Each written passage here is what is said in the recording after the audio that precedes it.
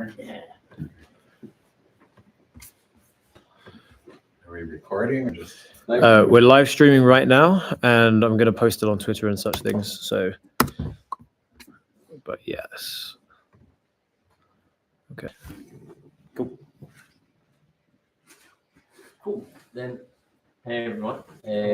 So I always spoke with Josh, maybe to make this a bit more of a discussion rather than like a lecture type thing. So, at any point, questions or whatever, feel free. I thought I'd start with a quick intro to Q, and then start like the why Q, or what's the issues with governance and Web3 as we see it today, and then how Q suggests to solve it. And then, it'd be cool if you can either, if you want to challenge anything, feel free to do that. If you have ideas of projects, or you have projects and you want to kind of see how that works in different use cases, we can have that discussion as well. Like just have, a nice discussion about it, make it more kind of concrete and dynamic, more than anything else. So, kind of the one line of what is Q is Q is a governance framework for decentralized projects, which essentially allow you to secure your governance, your decentralized governance. And then comes the question, so okay, what's the issues today with Web3 governance, or governance in Web3 today of projects? And there's several ones, but I think one of the biggest one is if you as a project want to give some power to your community, any decision-making power, voting power, or execution power, you put yourself at risk of a governance attack. So a community, like bad actors abusing that power and taking the project astray, right?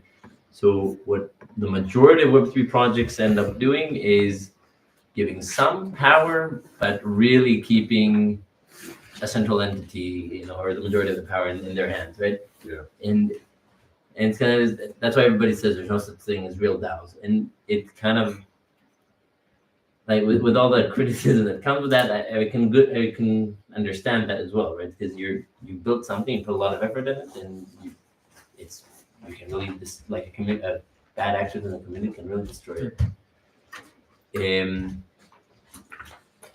And that's kind of the main thing Q is building against. So how can we decentralize power truly, and give it to the community, but keep the checks and balances that you need for it to work.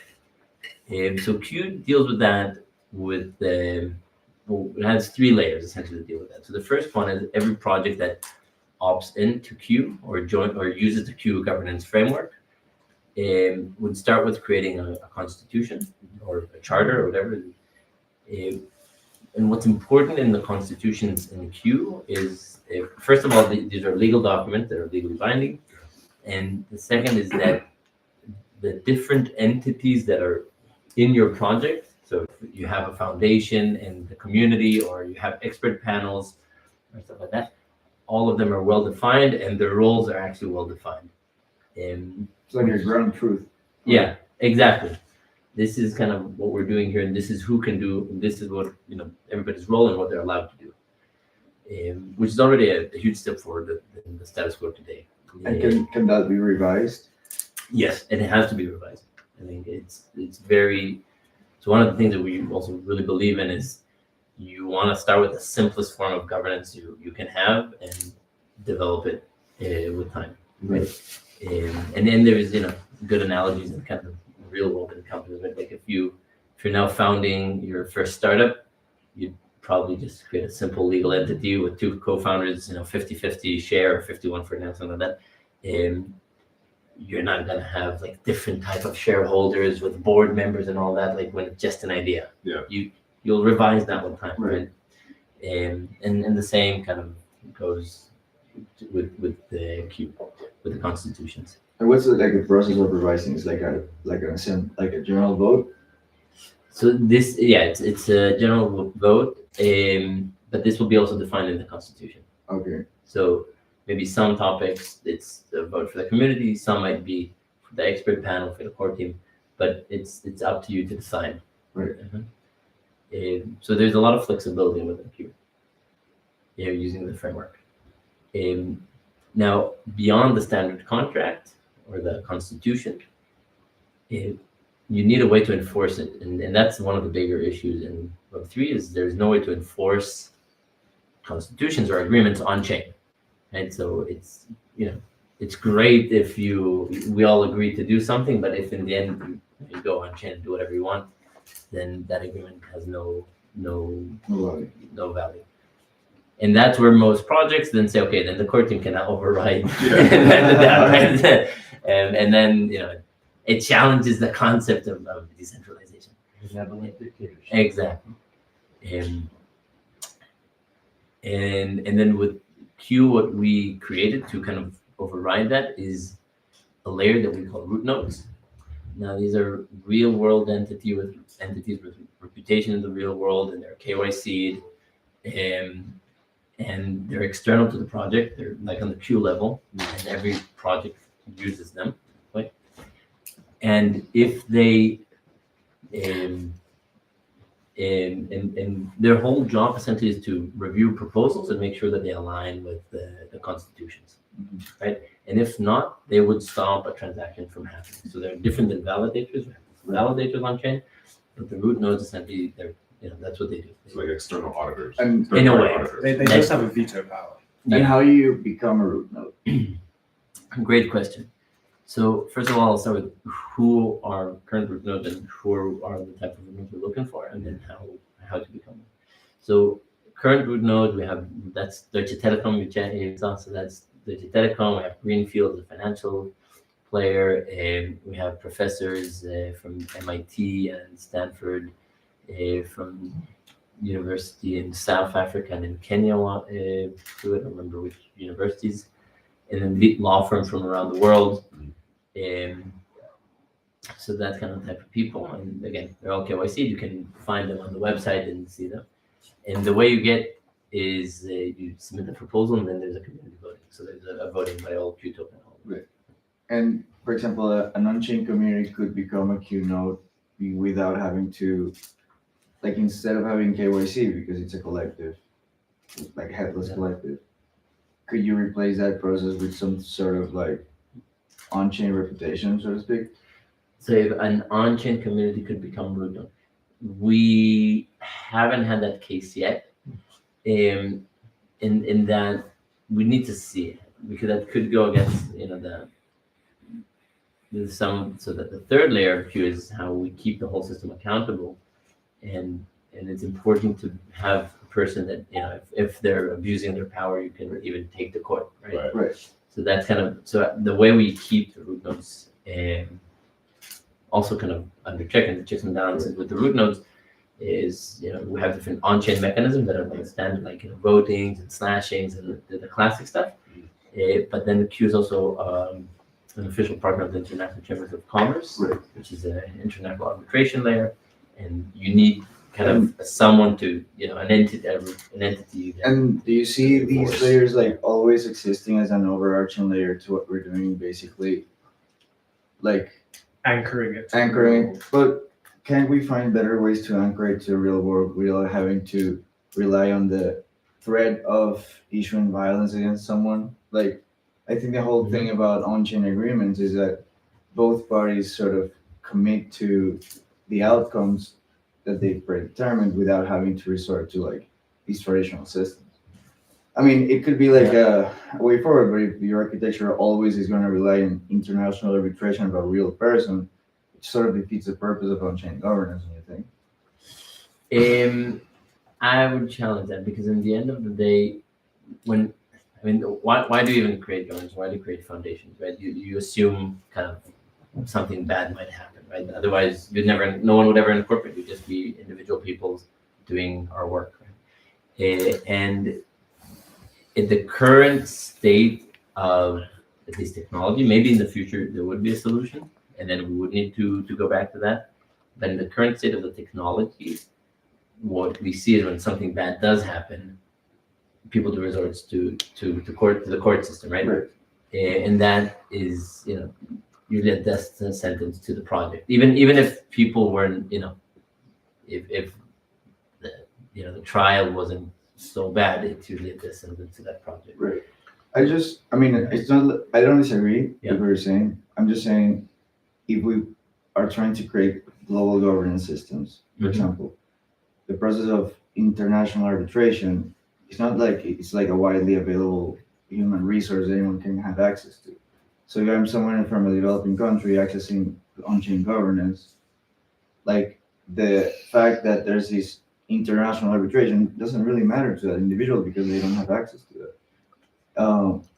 And what I'm saying is not necessarily that we should think about designing systems that eventually don't need these other layers. And if you have enough, and what I meant with like these on-chain communities being validators, they would have their own like their self-defined penalties, where you could get a guarantee that trust is held, Yeah. and if trust is broken, there's like financial and even reputational damage to those individuals, because at the end of the day, in order for an on-chain community to have trust, it has to maintain trust always. It has to be fully transparent, it has to be fully independent, because the moment it breaks that trust, it will never get access to another agreement. And it's sort of like a thing we see have play out in like our day-to-day relationships, where we don't need like a judge to pass judgment to an individual who's behaved in a way that's not positive sum for a network. I think like one of the important things here is that there's multiple use cases for governance on chain, right? There's the truly decentralized, truly on-chain communities from various backgrounds and various motivations to be on chain. Some people want to stay anonymous, some people don't want to stay anonymous. Like the whole point is that if everything goes on chain, there's going to be multiple use cases for being on chain. And so governance is an inevitability from all on-chain communities, and some communities will not want to be on chain with a decentralized governance as the final layer. They want some kind of real world anchoring to help them have that confidence to use the on-chain stuff. And the alternative is you have the system that exists off-chain with the real world KYC, trusted, reputational at-risk parties as individuals, such as the ones that Q has with root nodes. And then you have the on-chain communities who exist in the ether.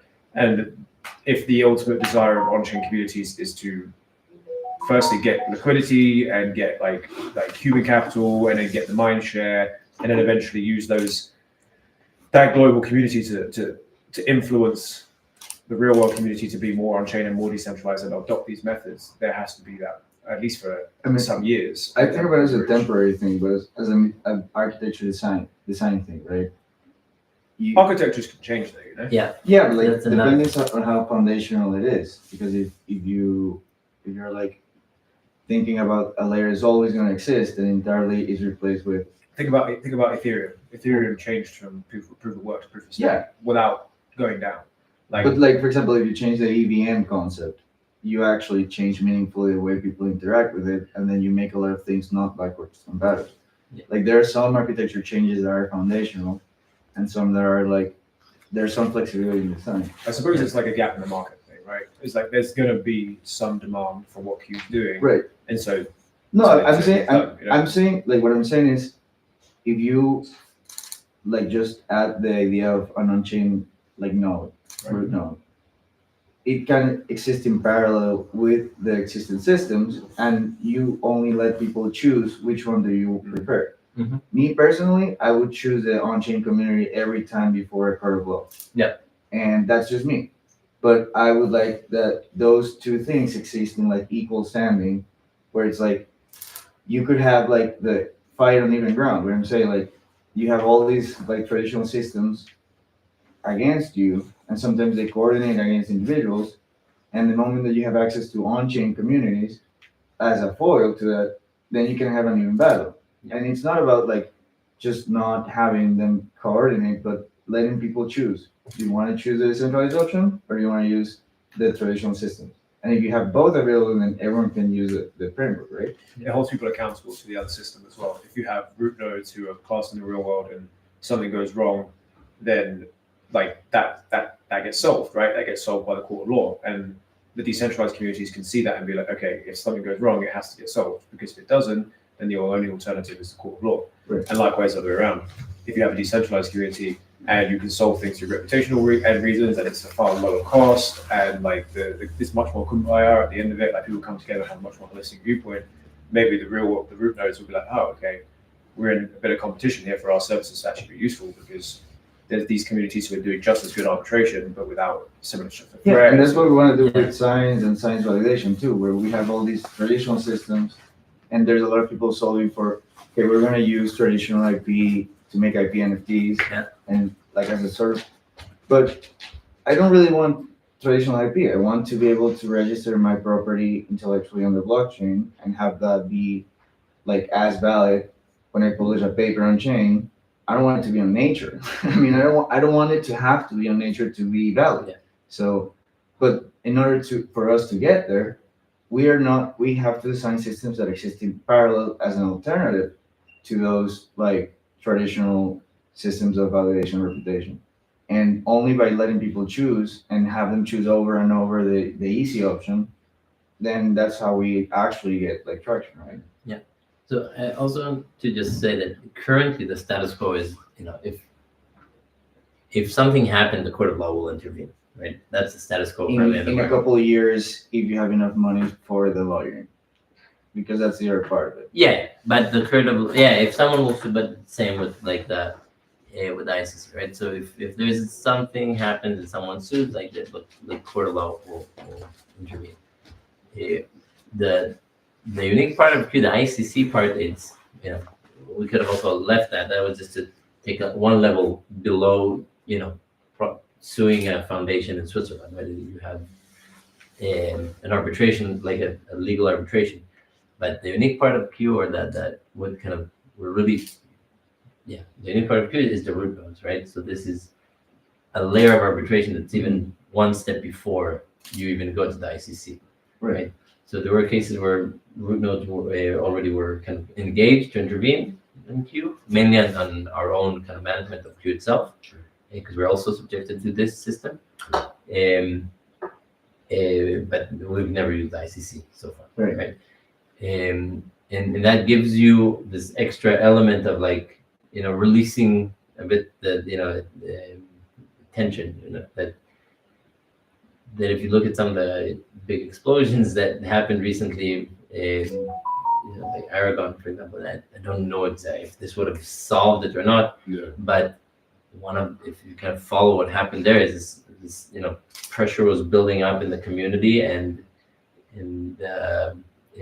foundation couldn't really deal with it. Really, there was no one external to the foundation that that could mediate in any or arbitrate in any meaningful way, right?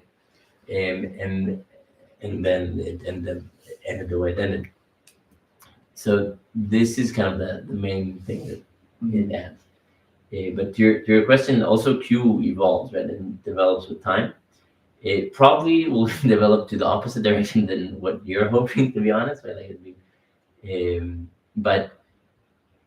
but again, if the technology goes to a place where you don't need more complex human systems and technology can replace that, that would obviously be something very interesting to start pushing. But also and this last thing says Q is also EVM. We're EVM chained, and we're EVM for a reason. So moving code essentially away from Q is simple. So you wouldn't get the root node protection, but you could theoretically copy or down to a different different chain if you're in relatively ease. Like it's not as complex. Is the root node embedded in the chain itself? Like, as in, if you operate your DAO on the chain, then the root nodes have to be a part of it. Like, I'm not sure. Like, no, you don't have to. So the root nodes are only gonna take stance if in your constitution you refer to them. So that's also something. So you could also deploy on Q and decide that you don't want the root node. Right. Could you have, as Carlos mentioned, a different version of the root? Because the root node mechanism is like, at the final point of proposal to if it agrees with the constitution, if that's checked by the root node, if you want it to be checked by the root node, and then there's a veto power. That space, can that be filled by a decentralized community within the architecture of Q? Yeah, it definitely could. You just need to build that. Like you need to bring your own decentralized community to do that for sure. Because that's unbuilt. But of course, there's nothing Yeah. restricting that. So As you Q could research. technically, I mean, Q is also, both open source and permissionless. So you could build a competition on Q with for the root nodes. And if we see that, okay, everybody's turning to the competition and it's growing and it's better, it could also be a transition for the queue itself is now maybe even to move there, right? Because like the idea is not to. Sometimes people think it's like we want to throw away legacy systems, and we only really want to reimagine them in the sense that, for example, this root node contract or DAO idea would be a way for all of the lawyers who are currently root nodes to integrate in a single thing. So instead of having so once you decentralize it it's like total decentralization is just chaos. Mhm.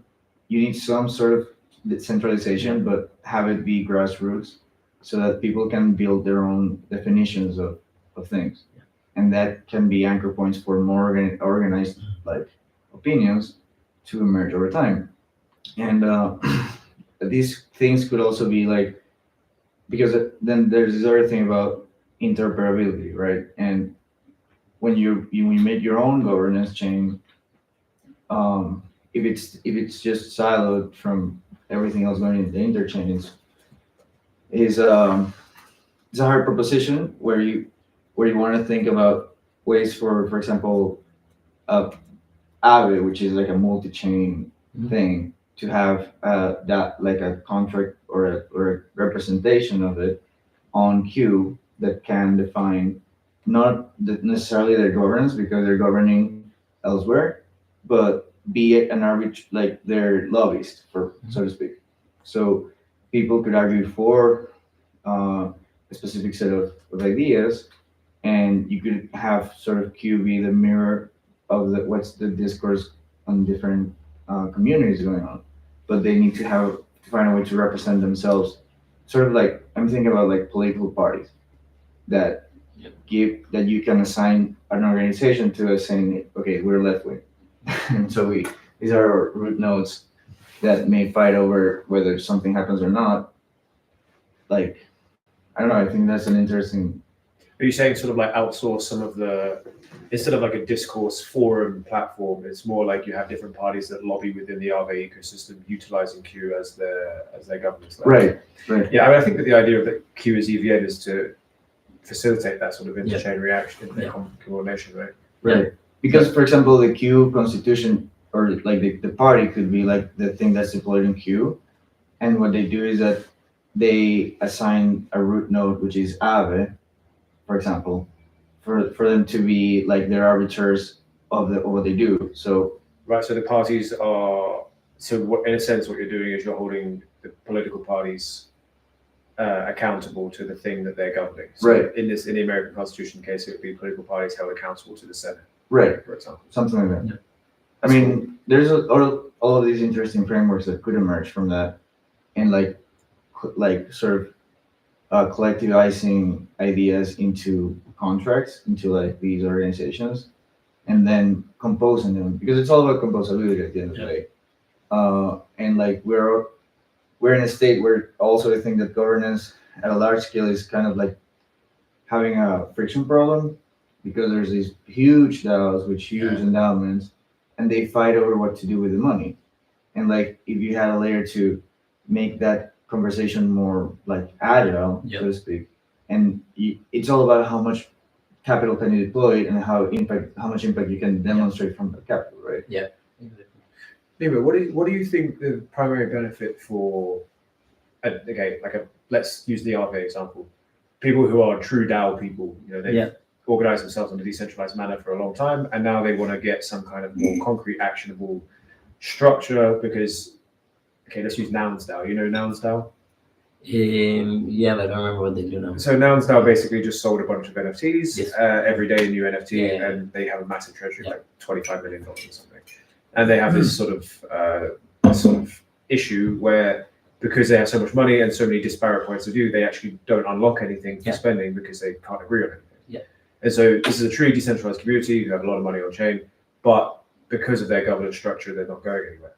What is it about the constitution part of because that's what really interests me about Q is having this legally binding written document. What is it about the Constitution itself that makes that more easy to tackle? So there are two things. So one of them, the Constitution, in a sense, you can put the direction, and you should put the direction of what the project should be doing there. And then again, you define all the different entities, then the responsibilities. And one entity that we didn't really touch so far is the classic like expert panel that you see in DAOs, or it could be the political parties or whatever. And you could and you can define and enforce that if you have for example DeSci's case, you say okay, this is you do something about molecular biology and you have an expert panel that need to make domain expert decisions about molecular biology. Then the DeSci panel the expert panel has to be molecular biologists, right? And you can put different restrictions on who these people have to be. And then if the community votes against that, or like votes someone in because they're cool, and this is a lot of things often, a lot of votes and DAOs are it's a popular, exactly. Then the root nodes can stop that, right? They're like, no, wait, show us his credentials, right? Now, if they still want the person in, they can still change the Constitution. If they say, no, this guy doesn't have the credentials, but and he has something else, sure, change the constitutions and adapt it, right? You have to have that flexibility, but at least it adds this. It's an added layer of complexity to corrupt the system, or you can't accidentally be carried away with the popularity contest. Right. Like you have this kind of reality check, like, hey, okay, we want to do this, but this is what we're changing here. Yeah, I like that. It makes it more rigid. Yeah. And people are afraid of the word rigid, Yeah. but you need certain levels of structures and boundaries, or else it becomes. Exactly. And we always say, like, when you're a very young project, like, keep it as like you're not really protecting anything when you don't have anything, right? But when it mounts now, you have 25 million in your treasury, like you're already protecting something, and then you have beyond the financial capital, right? You have like the IP, the community, whatever you assign that dollar value to that's a lot. You're protecting now. So now you need to put some more structures to. I think it's one of those it still kind of shouldn't really be early stages of DAOs because we've been here for a while, but it is still early stages of DAOs. Like it's one of those things where it helps find a bit of order in the chaos, and that's the sort of thing that if we're building a DAO that has. So should we talk a bit about the DeSci ethics panel? So the DeSci ethics panel, as we're calling it, is what Q and DeSci World are working on. Is this idea that DeSci could be done in any way that anyone decides to do it, and that's cool as a sort of libertarian thing, but also not so cool in terms of like ethics and like dealing with dodgy science and just generally experimentation on people and animals and such things. Whatever bad ethics and science you can imagine. And so being able to have some kind of structure that you can agree on is sort of good for like good standard DeSci. Having a structure that you can agree on, that if someone says, well, who are you to say that? And you say, well, we're just one party, and this is very clearly our constitution, which we're abiding by. If you want to participate according to the constitution, you can. And so this is the steps you must go through to get involved. Like ultimately DAOs can do that themselves, but there's so much inexperience in doing that. Like for example, going to Q and talking about the different parties, the expert panels, how the constitution is enforced, that taught me like more than I ever really important knowledge about how to actually organize a group of people in a structured manner. And then having a company like Q be able to do that for you and help you with the legal ratification of the documentation and having the blockchain there to do it. I think for a lot of DAOs, it's something that they should look at because yes, you wish that people would figure it out themselves and do it in a truly decentralized manner. That's just not happening. Right. And so a framework such as this is really powerful because it gives you that direction, that framework to work in. Yeah, it's all about like setting up, and that's what I like about this framework, where blockchains are, I think they're gonna have this evolutionary process where each blockchain is going to have their own features of their architecture that kind of like make them stand out and have them have a role in the meta chain infrastructure, right? And the whole thing is finding out how to coordinate those roles in the sense that, for example, Ethereum is probably always going to be the liquidity chain, right? That's where the money is going to be at. And therefore, you need to find a way to connect Ethereum liquidity pools with Q agreements and resolutions in an enforceable manner so that it can happen automatically, right? And then also with what's going on like with AI frameworks, right? Yeah. There's these, like, for example, Fetch AI has their own thing for autonomous agents, and I think that the idea of a governance, the Constitution embedded into the contract allows you to create agents that are enforced by the Constitution. Yeah. So this agent can literally do not operate outside of its Constitution because it's in their code. Yeah. But what Q is offering to a network is having a ledger of all the constitutions, and then be for sort of the starting point. But these have to be connected to the fetch agents in an enforceable way. So like that data cannot be corrupted. And likewise, the Q DAO framework has to be connected to, for example, the treasuries on Ethereum in an enforceable way. Yeah, and also Q is this other anchor point where what Q is building with a legal framework, they have to be like these enforceable legal contracts that, for example, if my agent does something in that affects a specific jurisdiction, like you can have ways that something happens on that specific to that legal jurisdiction's code. Yeah. Because at the end of the day, the main problem is that people, when you switch countries, you switch legal code. Yeah. So you have a new set of rules that you have to follow. And like Q should be in the business of like lifting that from the unknown, because I don't know what the rules in Singapore are. Yeah. And sort of like enabling contracts to also have this other library of rules they have to follow and be enforceable by Q. So if Q can enforce a law, or say you cannot do that because it's illegal in Singapore, where you're currently located. Yeah. And that can stop a non-chain transaction from happening on Ethereum, or an agent from doing something on Fetch, then you have like a decentralized legal framework, which is like managed by Q, right? Yeah. So for that, there are two challenges that we're currently working on, right? So the first one, and this was a big gamble when kind of the team started working on Q, is they gambled on kind of cross-chain being a thing, right? If cross-chain communication would not have developed, and it's looking very positive now. If it would have developed in a different way, it wouldn't have been so successful at the time, and then we'd have had to do a lot of thinking. But they took that gamble, and I think it's paying off now. And now the big part of, as you said, kind of both of you said, the big part of the work that we're really kind of getting into now is making transactions enforceable on other chains, or root node supervision enforceable on other chains. And actually, you guys are one of the first use cases. We'll be doing this on the Gauss chain. Oh, right. And if I can, I'd love to jump in. Yeah, always. Yeah. So, I'm loving the kind of more technical operational discussion. I'm learning a lot with that because it's like right on the edge of my knowledge. So it's in my zone of proximal development.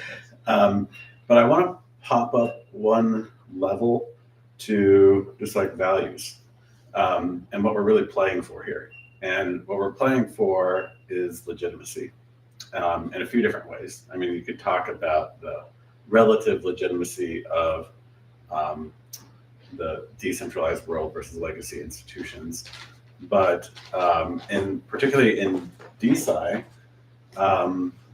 and I'm really trying to be to help broaden this frontier of decentralized social science. We really need something from like an expert panel that looks like an institutional review board. Mm-hmm. In social science, the institutional review boards are actually kind of the fetters on the expansion of social science, because the institutional review boards, even for social science, even doing an experiment where like we're gonna trick Seth for a moment to see how he reacts to a social interaction, and then afterwards tell him, hey Seth, we tricked you for science, this is what we found, thank you for participating. That ends up being like a months-long process because the institutional review boards are really modeled on medical research, where the harms can be like really fantastic. And also fantastically bad. Terrifically bad. Child, not okay with it anymore. Yeah. And then also we have this terrible history in the 60s with social science with things like Zimbardo and the Milgram experiment that were like really psychologically harmful for people and bad science at the same time. Let's give people syphilis. Yeah. So for social science to advance as quickly as it could and should for the benefit of humanity, we need a very legitimate kind of institutional review board process that's a little bit more flexible and trusting of social scientists. And then there's, just the fact of the way social science proceeds in the academy. To build a career, what you're expected to do is create solo authored works where you're proving to the scientific community that you can do the entire scientific process by yourself. The review and understanding and interpretation of the literature, the creation of your hypothesis, the creation of metrics and methods to measure your hypothesis, the analysis, the write-up, the publishing, all of it entirely by yourself, which is fine. A lot of us did that when we were doing our master's work, but then you're supposed to spend the next 15 years of your career doing that and the problem with that is that it means you can only do these like little tiny bite-sized projects. And with the incredible amount of social data that's available now, we could be doing these massive data science projects, really getting into the intricacies of social interaction, the dynamics and like the complexities. And it's just not happening in academic research because of these career path incentives. So with Goodly Labs, I just walked away from all that. Like I was set up, I was getting courted by NYU to go be an assistant professor and stick on their plan. And I was like, I don't want to create a single fiber in a centuries-long rope of literature. I'm looking at huge societal challenges. I'm looking at huge opportunities with data scientific research. We could be creating 10 more feet of rope immediately. And so I established Goodly Labs to create 10 more feet of rope. But the legitimacy of our results and our outputs are going to depend on having something like an institutional review board. And in order for that to seem legitimate, it has to have some connection to like the legal system and using these arbitration methodologies that are proven. That's the way for it to connect to the bigger foundations of the world that would then fund that sort of research.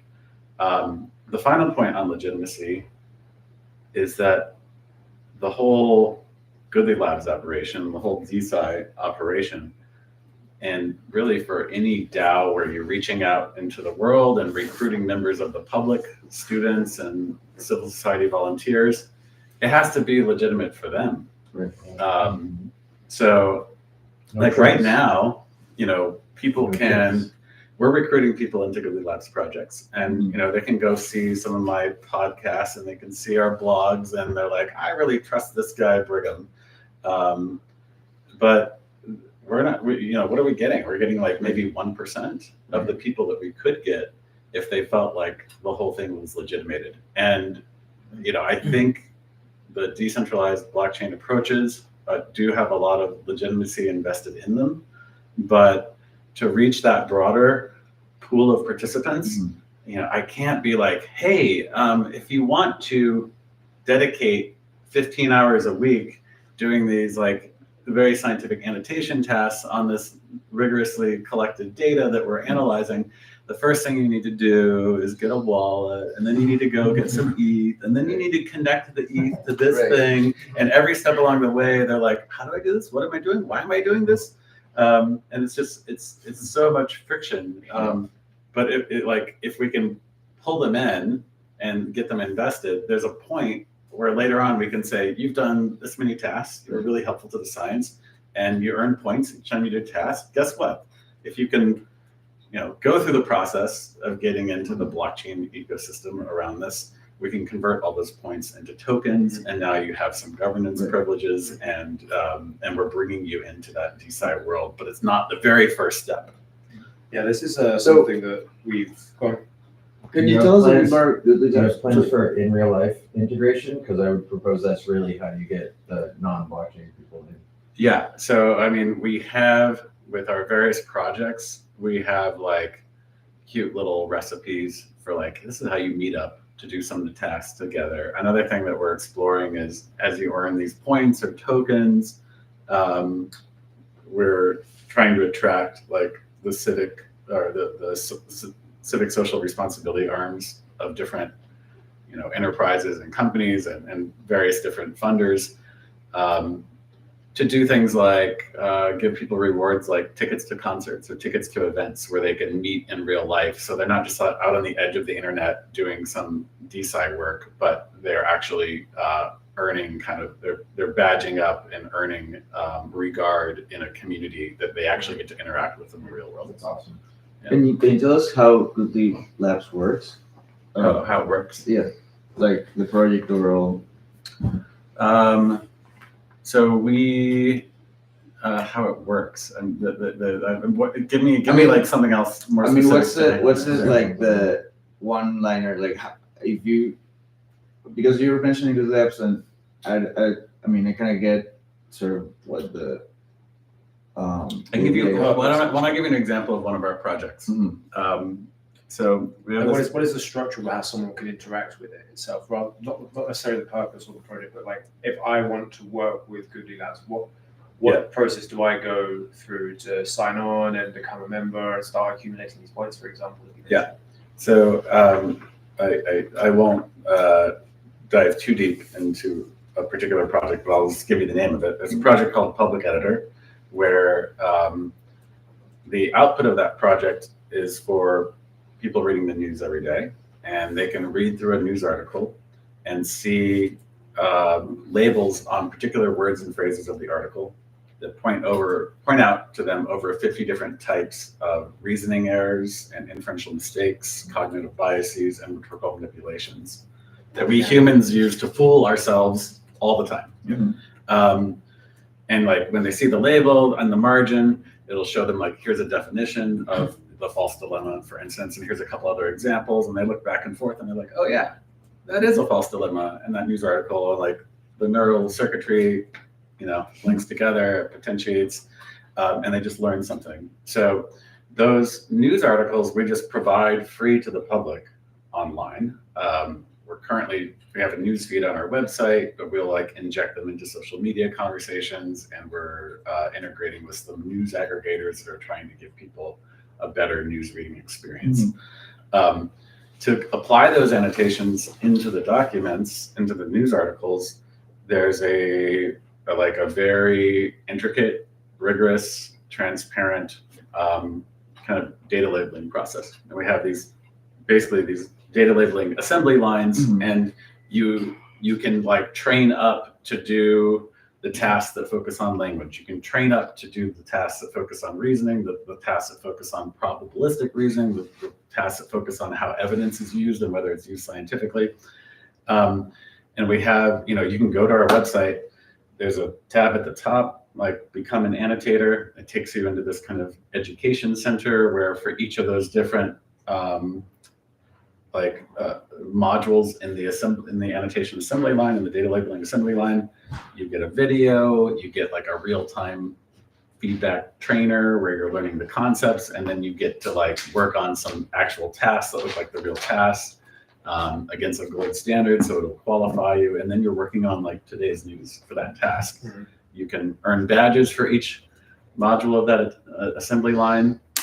And as you badge up, you get the opportunity to do like higher level, more difficult tasks. And you can ultimately earn a certificate from UC Berkeley for like mastery of discernment. Nice. So you can come in straight online, but we also do outreach into university classrooms. At some point, we'll start doing high school classrooms, and outreach with civil society orgs that have a lot of volunteers that are trying to put a dent in this problem of misinformation. That's cool. And like, for example, to what you were saying earlier about legitimacy. Yeah. We were talking in a panel yesterday about how one of the things people haven't leveraged about blockchain is the fact that it's the best survey tool we've ever had, in the sense that you can demonstrate someone's ID on chain, and you can have them fill out the survey, and from anywhere in the world, and you know that the data is valid. So then what you're doing already, you could make on-chain marks to prove that that data was provided in the way that you are saying. And it's like I really like Uniswap because they have this very casual approach to their branding. They're pink and a unicorn and socks and everything. And I think that's a statement in on itself, where they're saying we don't need to pretend to be legitimate, because you can just look at the depth of the liquidity pools and say, okay, there's $100 million in this pool. Like, there's no question of legitimacy, because it's like a vote of people saying this protocol works. There's $100 million in the coffers of each of the political parties Right. in the U.S. And Yeah, but that's why they have the perceived legitimacy. Right. And what I'm saying is with what you're creating is that you're creating, like, instead of liquidity pools of money, you're creating liquidity pools of data. Mhm. And if you have the ability to capture way more data and have a way more statistically representative measure of what's true, Right. then legitimacy is not about the infrastructure or the structural panels, but the fact that you have so much data that it's unquestionable the results are true. So many people But have I think that's a very dangerous assumption or like a dangerous jump to make, right? Because the data in Uniswap is quite simple, right? It's like Right. it's money. What that data holds, like what that data means, is very clear. It's very here you're talking about like the data that they're collecting, and the reason they need legitimacy is first of all they're taking off-chain data and bringing it on-chain. So there's a whole question of like how of that the translation of that data, is that correct, right? If Uniswap liquidity pools would be sitting on AWS servers and they tell you, trust us, this is the real number of the liquidity pools, you'd look at that very differently, right? Of course. And that's one thing that's sort of the team doing. That's That's the why they problem need to with, for example, centralized exchanges. Exactly. That's literally what. it's exactly what they do, right? And then the second I think issue here is the data is much more complex in a way, right? It's not just like it's some number, right? I think the more complex the data, the more this legitimizes the protocol. But the thing is, it's just because, like, if you're having people actual individuals contribute through this mechanism, okay, so you have the certifications, the different badges that you get at different levels. The higher up the levels you go, the more legitimate your contribution should be. And then if you have a whole bunch of higher level contributors providing their data, it would show, in theory, that the platform is being legitimized by legitimate users. And so you wouldn't need the legitimacy of the real world expert panels, I think. But yeah, I mean, that is true. But again, like, the other thing is, we, like, what we perceive as data, like what it's not that we want the actual data put on a liquidity pool for us to see, but you have a proof that's beyond any reasonable doubt that there's activity going on their specific thing. So you can prove, for example, what the research subject is, and then you can prove that you have 10 million participants. You don't necessarily have to say who they are. Yeah. But you can just prove that you have more participants that are validated than anyone's study, because you could think of as like normal science as like a centralized exchange, where a scientific group is going to have like databases of data that people like they collect from people and they use to produce results. Yeah. But if you could still hold that data privately. Yeah. But if you can prove that there's activity going on, then you can actually get more researchers to see that data if they can validate who they are too. So I have like a very concrete example where I can see legitimacy being a big question for Goodly Lab, because their topic, this like data tagging and misinformation is also a highly politicized one. Yeah. Right? And it could be very, if they're not careful or they're not, if they don't get the legitimacy they want, it could be seen, okay, well, Goodly Labs, they're only getting, a bunch of They're biased. leftist hippies or right wing, But that's the and thing. they have this bias, and then the other side wouldn't consider their data set as valuable. But Goodly Labs could also post, for example, a daily CK proof that shows that they have a statistically relevant representation of the whole planet because they have the locations. They don't have to say who they are, but they can prove every day that their opinion is truly decentralized without having to show any of it. They would still need to bring in information that is not necessarily they'd still probably need to do a questionnaire and just create some affiliation, like political affiliation, right? Because you can also, if you're talking to one side of the political map, right, you can find that everywhere in the world. Right. What if you don't, So- you're making it like black and white with the political parties? I So, just but did, like, like, but not, it's let me just concrete. piggyback off that, and I think there's actually a really good way that you could do this.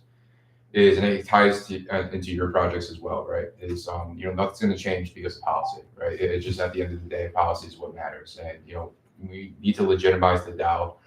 And you want to legalize it through the Constitution, right? But what if there's a way we can maybe incentivize politicians to, pass certain bills? And what if bills could be actually written onto your platform, where you're actually writing a bill that affects policy into the real world?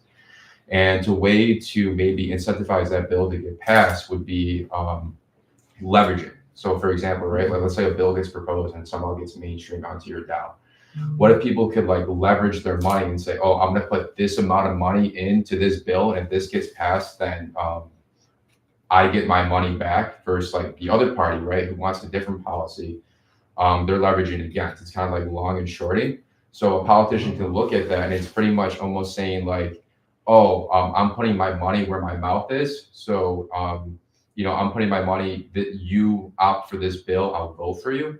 If that makes some sort of sense. Obviously, this needs to get carried on more, but the idea of where I'm going with this is they kind of interact with the real world and try to incentivize the politicians to, one, get the data of what the people want and utilize your platform, but two, have the bill already created, easy, makes their life a lot easier.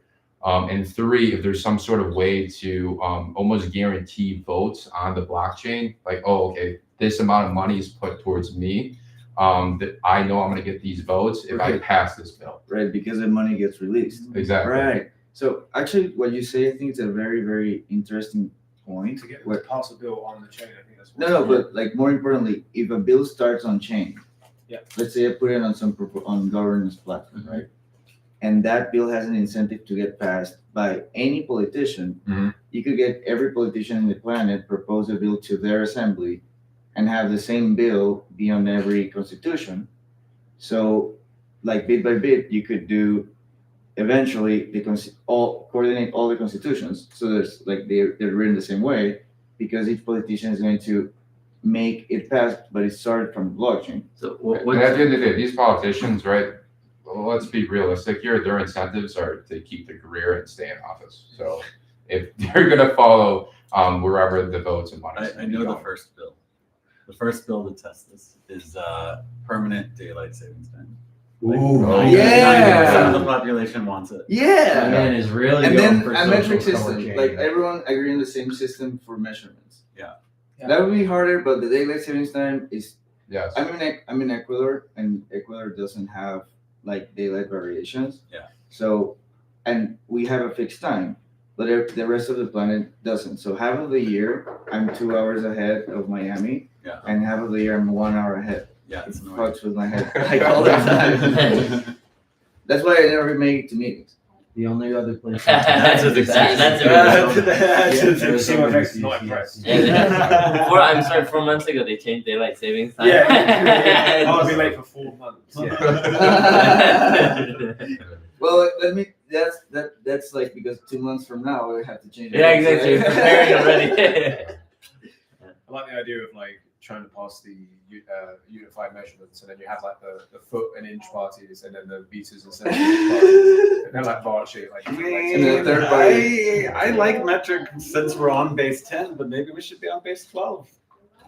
Well, that's the thing. If we make those agreements on chain, and like eventually we could actually agree on stuff where it's like, hey, we all agree. Like the data exchange is one of the reasons, but So I think another thing that would be worth looking at is what community notes started doing on Twitter, Yeah. where Alexis they might do push the ideas to the top that are bipartisan agreements. So if you have Yeah. one person that traditionally posts the right and one person that traditionally posts the left, they actually accelerate the views of community notes where both parties agree. Oh yeah, let me speak to this because, and it's to your point too, Tony.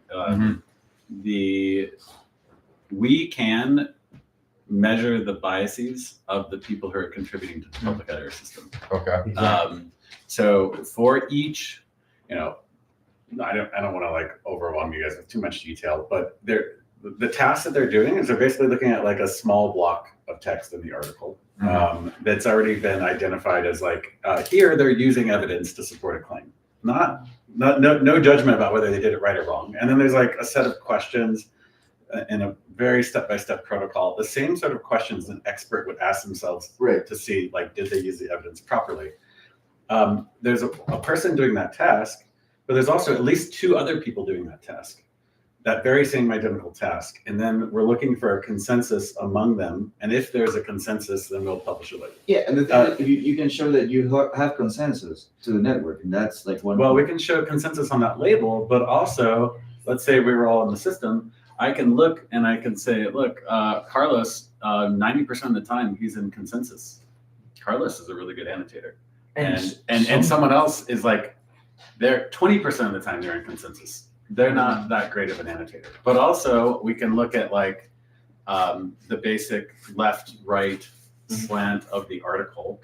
And like, we might see that there's someone who's in consensus 80% of the time when they're looking at left slanted articles, and they're out of consensus, they're only in consensus 20% of the time when they're looking at right-leaning articles, which tells us they have a bias against these right-leaning articles, or they have a bias either way or both ways. We can also, because the system itself is basically like, it's asking them questions, and it's asking about the text unit, but we can ask them as many questions and survey them as much as we want. So we can, without being so direct as like, tell us your political party, we can ask them some psychographic kind of questions to understand, where's their head at, and where would they fall on a political ideological spectrum. Now, my big question with that is, you could be a moderate, but you could also be leaning towards one political party, but there's something a party may offer or suggest that just a non-negotiable for you. So let's just say, for example, you tend to lean to the right, but you're really for abortion, right? Is there a way for you to kind of figure out where those non-negotiables are? I mean, there's a way to do that. There's a way to do that. Like, I think that would be, a few steps down in our roadmap to really try to, we want to know enough about the biases of our users to be able to sniff out, annotators. We want to know enough about the biases of our annotators to kind of sniff out if they're, coloring their work in one way or another. I don't know that I want to startle them by saying like we have a complete psychological profile. No, of course. Without data, you can know anything, but that's it. Yeah. In that vein, I'd also be curious to see, would it be possible to start finding contentious terms that cause combat between the two different sides? Yeah. That would be totally. If we're interesting seeing, research. if we can see like, for each text unit, like, are there text units that like we could never find consensus on? And then if we look at the aggregate of text units we can't see consensus on, we can do like, even some simple topic modeling or some just TF-IDF to see like what are the terms. What are the no words? Because I've noticed a lot reviewing community notes and stuff, a lot of the time you'll have like 4 of the same answers.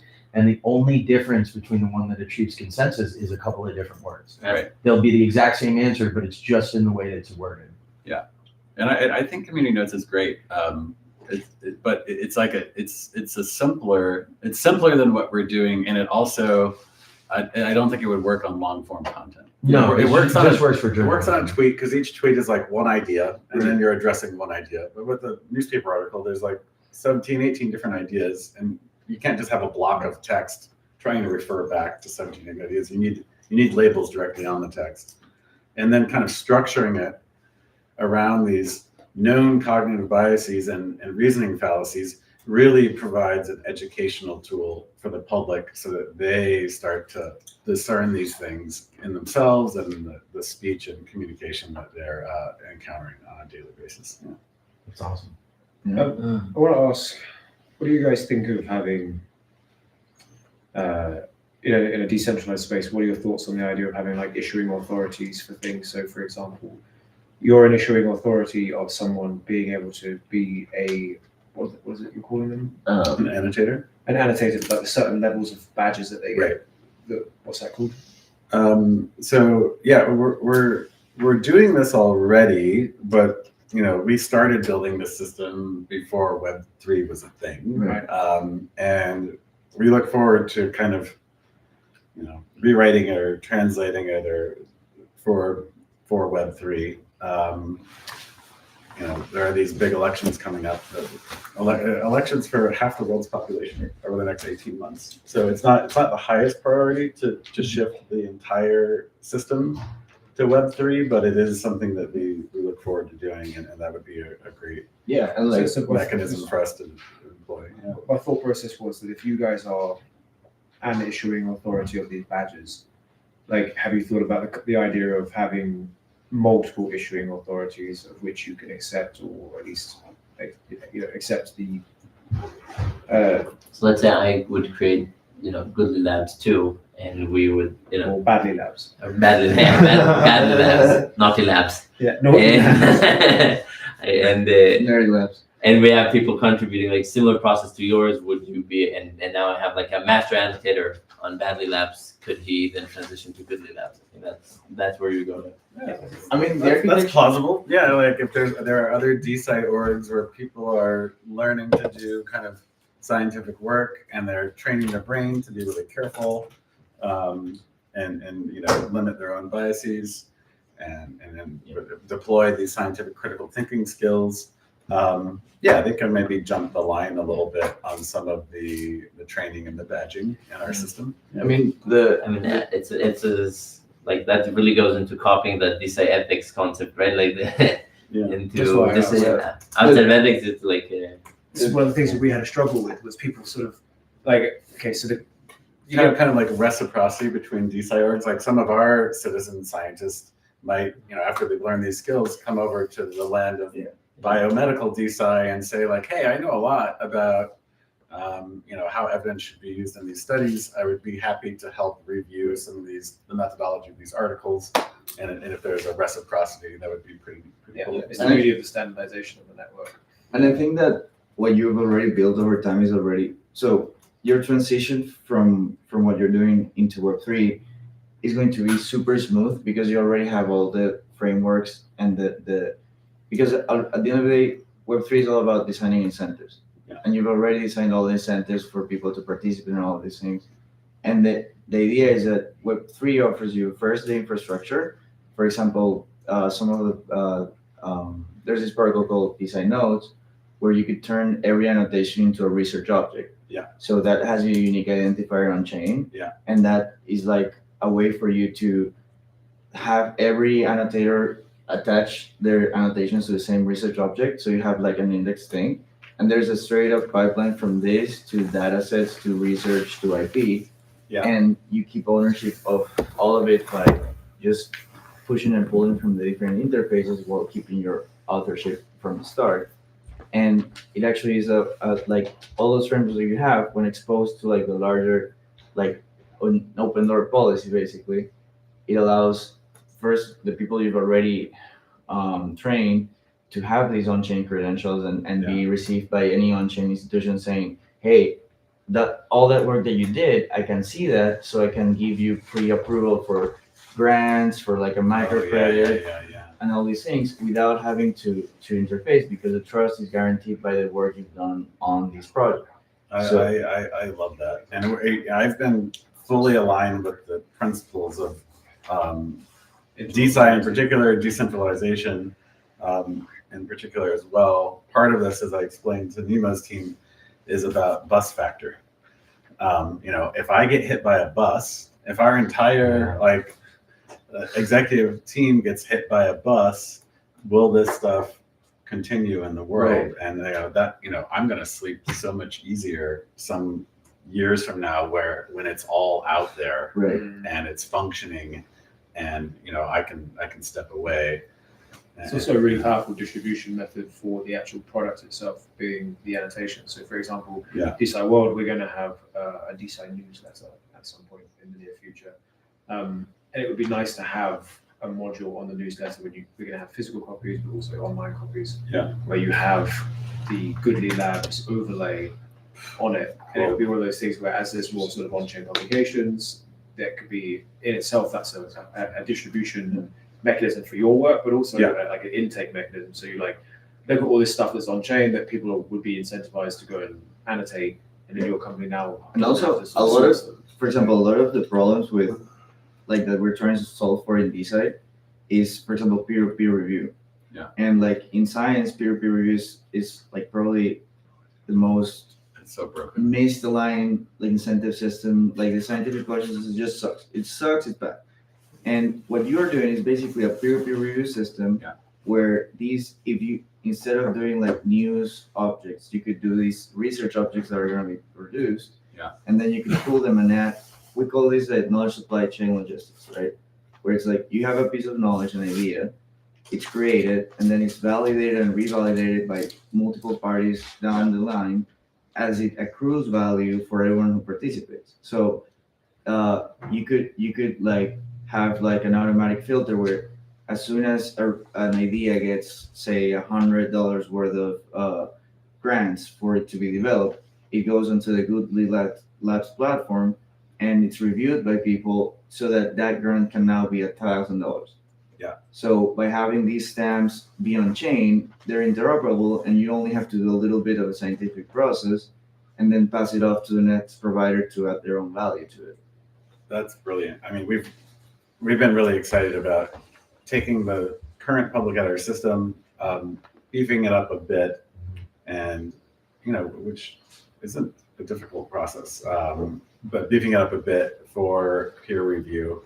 But we are suggesting is really great. The one thing I wanted to add in here too is that one of our next steps with Gauche is to write the licenses for the data. And in short, it's going to be anyone can use this data for scientific and public good purposes. If you want to use it to train your AI models, you need to call us, and we'll work out a deal, because this is amazing training data to build reasoning engines for the generators. And talking with friends at OpenAI and stuff like that, these go for $1 million to $5 million. Yeah. And what we want to do, for example, with the proof of knowledge protocol in DeSci World is we want to make a way for, instead of having to have these agreements, you want to use our data, let's agree on something, you can have a pre-agreement where for every time that data is queried and used as context, I can give you a point for the use of data. And not only you, but distribute that point through the knowledge supply chain and have everyone who participated in making that data available to AI get a reward. Oh, that's great. So what we want is for people to understand that it's in their best interest to share their data and collate it with other people, because they're getting paid for it. Right. It's no longer oh, I'm being extracted from my data, but rather I'm extracting value from my data. Right. Yeah, to be clear, that's from the on-chain mechanism that we're building. If you give the data to OpenAI, no one's getting paid for that, except for you, of course. Oh, if you do the licensing agreement. Well, the point being is that there's yeah, and I mean that right. So I'd be really interested in that. Yeah, I'd be interested in doing that. Like, Have you spoken it to a might- project called and Rainfall? I'm curious Which about how fast. Rainfall. No. They do something like that Yeah. for personalized. Uh, we ours, whenever you're Nice. ready. I mean, I think Yeah. it's You can introduce as it. benevolent Yeah, dictator. Like, I could go get the money from OpenAI and then based on people's participation, like float them a bonus based on like how much their particular labels went into OpenAI. I could float them a bonus, but you're right to like lay all of that out prospectively, and it would really incentivize their increased effort. It would be mechanical, right? It would be Yeah. rather than okay. So you in the case you just described, you'd track people's contributions through some kind of mechanism, Yeah. and then you take the money and then you distribute it back to the people that Right. contributed, Which is- their contributions. Overhead for me, and it doesn't give the annotator a sense up front that Yes. that every bit of work they do might net them $1. And it or also $5. puts a lot of responsibility on your shoulders as the Yeah. level of dictator. Yeah. This system is mechanically enforced in the I sense like that the data itself, when used, enforces the point. Yeah. So if anyone ever uses it, and any AI or LLM uses it as a source of data for its query, that query is tracked and your knowledge is incentivized for its usage by LLMs, but also it's cited by the LLM in the response. So it gives a response and it gives you a hyperlink to the underlying data, which would be your researchers' annotations. Brilliant. I mean, but in your system, if you tell them up front, 20%. So we have, this for revenue that we get for selling the annotated data to OpenAI, X% goes to annotators. Right. This is the pool of annotators you can get. Right. And you can show them the map if it's Right. You could do that as well, right? Mhm. There's Yeah, like- it's and then they about- know up front and And the thing is that you can have multiple systems because if like the author is always the owner of the data. So if they want to sell it wholesale to OpenAI for like inference training, they can do that on top of what they're already getting for context. Because right now you have like parties like OpenAI and Mistral and Google and Facebook training models with their compute. But there's also this whole thing about RAG and result augmented generation. It's a form of AI. What is it? RAG, it's a result augmented generation. Okay. So- Is this like RLHF kind of? Or? No, so it's like a It's a retrieval system for the data. It's yeah, just- so like you have vector databases now for embedding search. Okay. So what happens is that before the LM sees the data, the query is turned into an embedding search and Yeah. finds relevant pieces of context for the AI to see Okay. as like informed as context basically. Okay.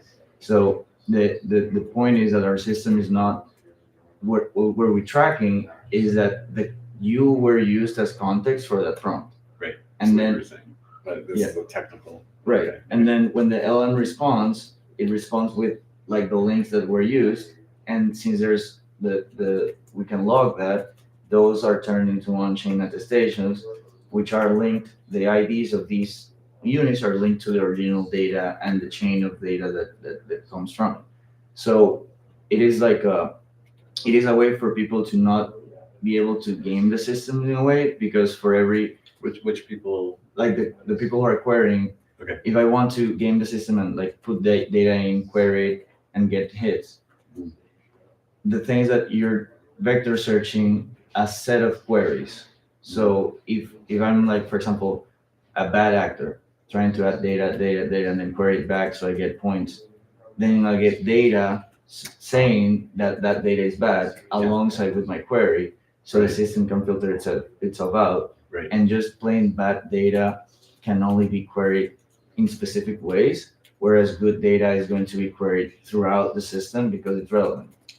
You've lost me on bad data and good data. Bad data is like just not useful for context. Like, and that's the thing, we're not even giving a measure of whether the data is true or false, but whether it's useful for context of a particular query. Okay. So if you look at that over a network, only the pieces of data that are relevant at like over and over again are going to surface to the top, and therefore we can pay those pieces of data. It provides an interesting, useful usage metric almost Mhm.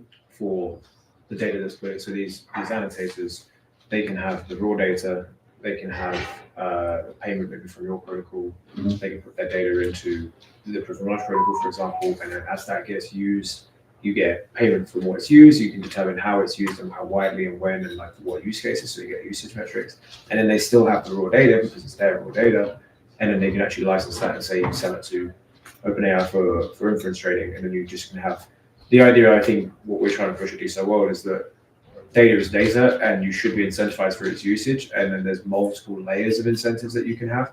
So you can have the incentive from your protocol, the incentive from our protocol, the incentive for selling it to OpenAI, and just for producing some interesting information. You have like a whole bunch of different incentives, which change the game because now you can actually make a living from annotating propaganda and telling people you should not be swayed by this bullshit, and they get paid threefold from those places.